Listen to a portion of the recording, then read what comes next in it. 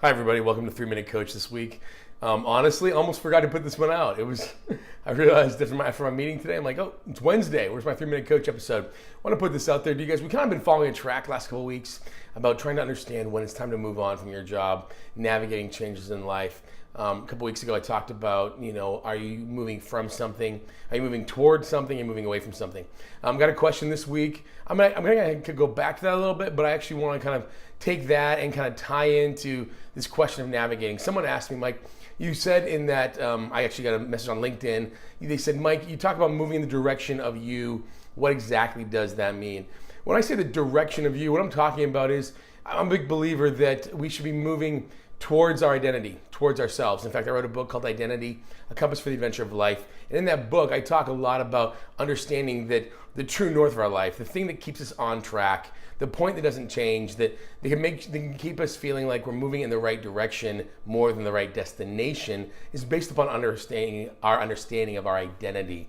And for me, I talk about identity means our natural talents, which is kind of the bottom part of a triangle, mixed with what we can do with those talents, which is the other part of that triangle, mixed with our passion. So our talents, our application, and our passion kind of put together create this sense of ourselves, who it is we want to be in the world, the legacy we want to leave, the impact, the awareness, the message.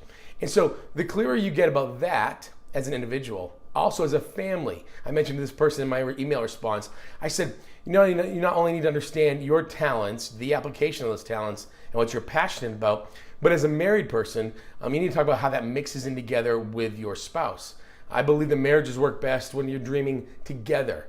If you're not having conversations about your future with your partner and you're married or in a long-term committed relationship, then you're really not dreaming about your future. Part of this process is about you moving in the direction of you, and you making decisions like that is going to be focused in on what exactly is that future impact, that future version of yourself, what seems like it's the most you, and you're making decisions toward that. Might mean taking risks, might mean saying no to some things, might mean setting aside money, resource, time, and investment to have capital later to be able to make decisions to move in the direction of you. But one other thing I want to point out though, is that when it comes to moving on, some of us get stuck. Like how do we move on well? How do we make progress? How do we make these decisions? How do we hunt for new jobs? And you've heard me say this before if you followed any of my videos when I talk about strengths.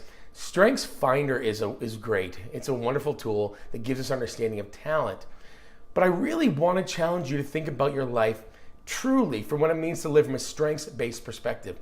When you're navigating these changes, the best understanding or frame that you can put around all the information, the pain, the options, your current setting, the demands of your life, the framework to put around those things is strengths.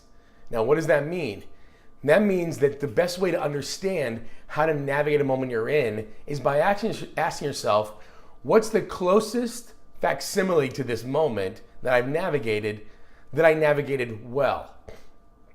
So if you're thinking about going back to school, well, have you ever decided to go back to school before? How did you decide to take the job you're in?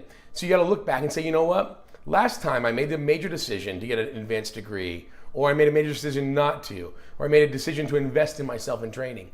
When was that? What was the situation? What were factors that made that a positive situation? Was it you had more time? Was it you were clear? Was it a resource question? Was it a single versus married question? All these different elements. You analyze the factors. Who were you in that situation? What was the environment in that situation? What were the resources you had in that situation? So I'm kind of on this 3 beats kick, right? When it comes to navigating your life, when it comes to deciding if you should start job hunting or not, when did you find the last job that you really liked? Okay, when you made the decision to step into that job, what was going on? Who were you? What was the environment? What were the tools you had around you? Did you, as far as tools go, were you asking people? That's a tool. You're getting information. Did you have lots of time to consider it? Did you have access to different job boards? When it comes to the environment, did you have lots of options and you weren't just quitting something you hated, but you found a new opportunity and you were kind of more excited about it? Was that job a better fit and that's why you kind of picked it? You have to debrief and kind of almost dissect when you made a similar decision similarly well. When it comes to having conversations with your spouse, it's the same kind of a thing. not just spouse, but like a boss even, any kind of relationship. The key to moving forward and doing something well and kind of navigating these things well is in being strengths-based. That means hunt for the moment when it worked. When have you had a really heavy-duty conversation with your boss and it worked out well? Think about the exact piece, dissect that, and go, how closely can I reproduce that facsimile? You know what? I sent the information in advance. I wrote talking points for myself before I talked to them. I didn't blindside them last minute. I left plenty of time to follow up. I kind of made small conversations before. You diagnose, for that example, you diagnose why it worked when it worked, and then try to reproduce it. See, what we can do is we're so negatively focused these days that we go straight to, here's all the things I'm gonna have to overcome. Here's all the problems that have to be overcome before I move forward. Here's all the reasons why I can't get a new job. Here's all the reasons why I can't make more money. Here's all the reasons why I can't quit. Stop focusing on why it won't work. Start from when it has, and it has.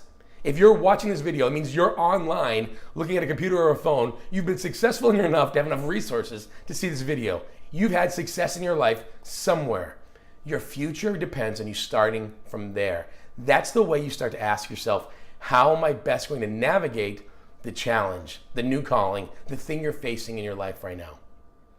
I would love to hear from more of you. In fact, I needed a few more questions, folks. The questions have gotten light in the last couple of weeks. So why don't you go ahead, reply to this or message me on my Facebook page or send me an email with your questions for 3-Minute Coach at michael@thedauphiny.com. Look forward to seeing you tomorrow on Theme Thursday. Going to be talking about the StrengthsFinder theme of developer. So come ready with your questions and comment and be ready to tag somebody with developer. Hope you have a great week. Look forward to talking to you real soon. Take care. Lead courageously.